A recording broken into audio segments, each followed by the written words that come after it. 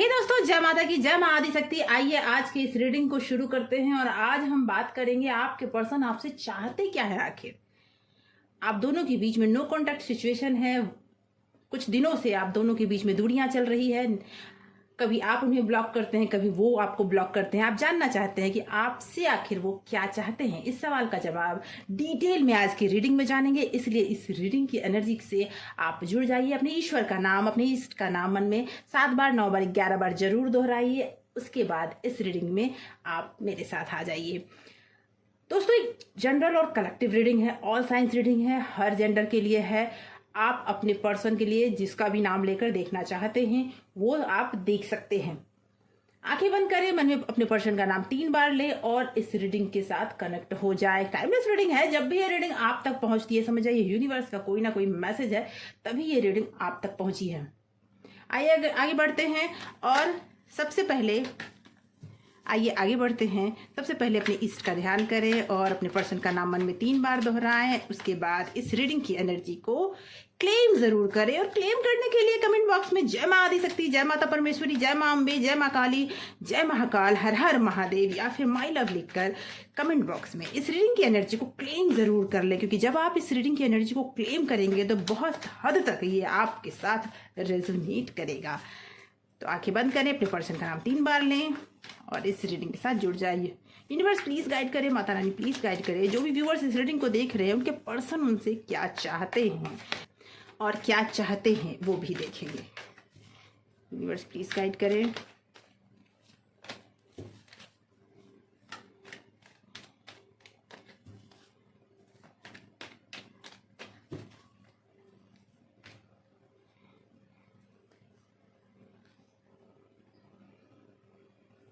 The Tower, 5 of Wand, Page of Pentacle and King of Cup, King of Swords, okay, 9 of Pentacle, the Fool and Knight of Pentacle and bottom of deck है king of wand.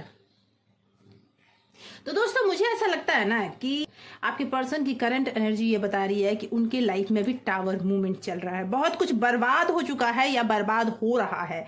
कुछ तो उनके साथ ऐसा हुआ है जिसमें उन्हें ये फील हो रहा है कि आप उनका साथ नहीं दे रहे हो। कहीं ना कहीं वो बहुत ज्यादा डिस्टर्ब दिख रहे हैं, मानसिक तौर पे भी, और जिसकी वजह से आप दोनों के बीच में आर्गुमेंट्स बहुत ज़्यादा हो रहे हैं, लड़ाइयाँ हो रही है और उन्हें ये फील हो रहा है कि वो अब अकेले रह गए हैं। जी, उन्हें ऐसा लग रहा है कि फिर से वो उसी जगह पे घूम फिर के पहुंच गए जहां से उन्होंने शुरुआत की थी। आपको अगर मैं कहूं तो वो आपको बहुत प्यार करते हैं, लेकिन इस कंडीशन में जो वो आपसे चाहते थे वो उन्हें मिल नहीं पा रहा है। कहीं ना कहीं उनके दिल और दिमाग में यही चल रहा है कि आप उनका साथ नहीं दे रहे हो, बार बार सवाल जवाब कर रहे हो, आपको बार बार उन पे शक हो रहा है। कई बार ऐसा भी हो रहा है कि वो अगर किसी काम से कहीं जा रहे हैं और आपसे कहते हैं कि वो कुछ दिनों के लिए आपसे दूर हैं, तो आपको यही डाउट होता है कि कहीं वो आपसे दूर तो नहीं जा रहे हैं, कहीं वो आपसे झूठ तो नहीं बोल रहे हैं। इस तरह के डाउट्स मुझे ज़्यादा दिख रहे हैं और जिसकी वजह से वो फेडअप हो चुके हैं, वो बहुत ज़्यादा परेशान हो चुके हैं। और मुझे ये फील हो रहा है कि इसकी वजह से ही वो खुद पर ज़्यादा ध्यान देने लगे हैं, लेकिन फिर भी उनका मन बहुत बेचैन है, क्योंकि उनका लाइफ में सिचुएशन ही ऐसी चल रही है। उनके लाइफ में बहुत कुछ, आप देखिए टावर सिचुएशन उनके लाइफ में चल रही है, उनकी करंट सिचुएशन ये है। तो आप सोच सकते हैं कि उनके लाइफ में बहुत कुछ बर्बाद हो रहा है। कोई ना कोई ऐसे हैं जिनके शब्दों से उनको बहुत तकलीफ हो रही है। तो हो सकता है आपने भी उन्हें कुछ कहा हो, कुछ ऐसे शब्द बोले हो जो उनको दिल में चुभ गया हो, ऐसा भी हो सकता है।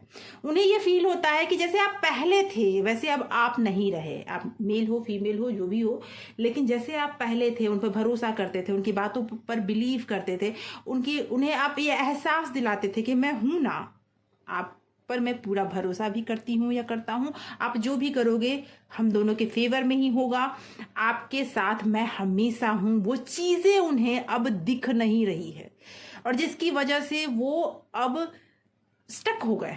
आगे क्या करें ना करें उन्हें समझ में ही नहीं आ रहा, और यही कारण है कि उन्होंने आपको ब्लॉक करके छोड़ दिया है।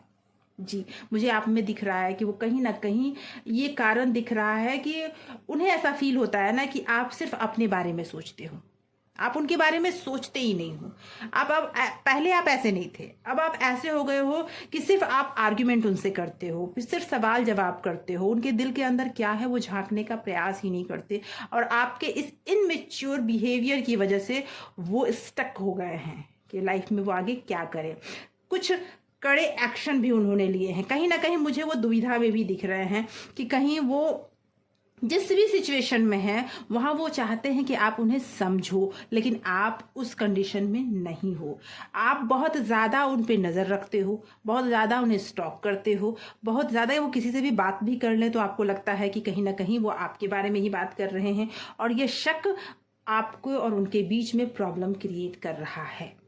जी, आपसे वो चाहते हैं कि फिर से ये सब खत्म हो जाए और आपके साथ वो नई शुरुआत करें, लेकिन वो हो नहीं पा रहा है। आइए कुछ और क्लैरिटी लेते हैं कि वो आपके साथ और क्या करना, आपसे और क्या चाहते हैं। कुछ और क्लैरिटी लेते हैं कि आपसे और वो क्या चाहते हैं। ओके, आपसे और वो क्या चाहते हैं।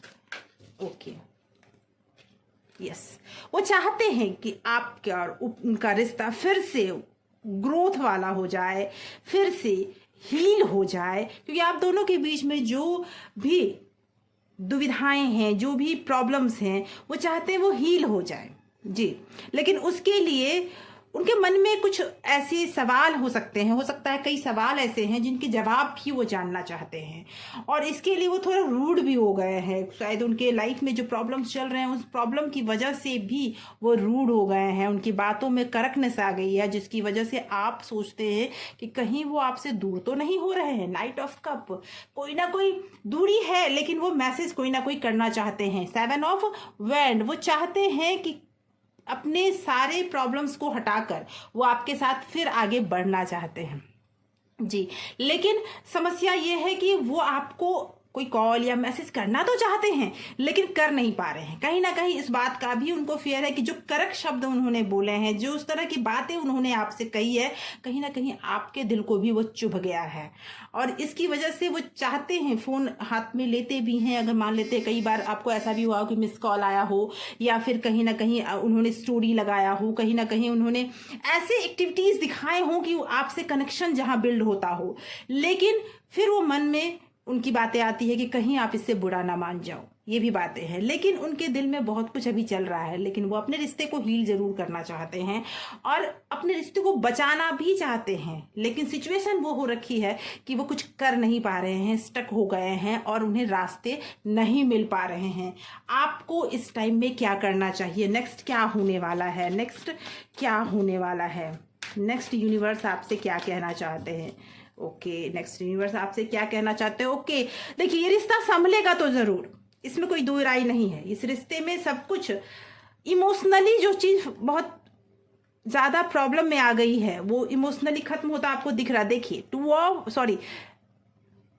आप देख सकते हैं आने वाले टाइम में आपके रिश्ते का ये हाल होगा। कहने का मेरा मतलब है आने वाले टाइम में आपका रिश्ता संभलेगा, जीत होगी, आपके पर्सन फिर आपके पास वापस आएंगे। इमोशनली आपको अपने आप में बैलेंस बना के रखना है, क्योंकि प्यार तो है, लेकिन इस प्यार में स्पेस होना चाहिए आपके पास भी, और उनको भी आपको स्पेस देना चाहिए। उनके बुरे वक्त में आपको उनका साथ देना चाहिए, क्योंकि उनका वक्त अभी बुरा चल रहा है। उस समय वो चाहते हैं कि आप उनका साथ दें और उन्हें बहुत बार बार सवाल करके उन्हें परेशान ना करें। ये चीजें वो चाहते हैं, लेकिन इस रिश्ते में कहीं भी कोई दिक्कत वाली बात नहीं समझ में आ रही है। कुछ टाइम का ये प्रॉब्लम है, खत्म हो जाएगा, उसके बाद इस प्रॉब्लम में आपको भी सोल्यूशन मिल जाएंगे, उनको भी, और आप दोनों फिर से साथ हो जाएंगे। आने वाला टाइम यही बता रहा है। तो दोस्तों, आज की रीडिंग यहीं तक। आपको ये रीडिंग पसंद आई हो, आपके सवालों का जवाब इसमें मिला हो, तो चैनल को सब्सक्राइब जरूर कीजिएगा, और अगर आपने इस चैनल को सब्सक्राइब कर रखा है तो बहुत बहुत धन्यवाद आपके प्यार के लिए। ऐसी ही जानकारियों के साथ अगली रीडिंग में फिर मिलूंगी। तब तक के लिए thank you so much for watching.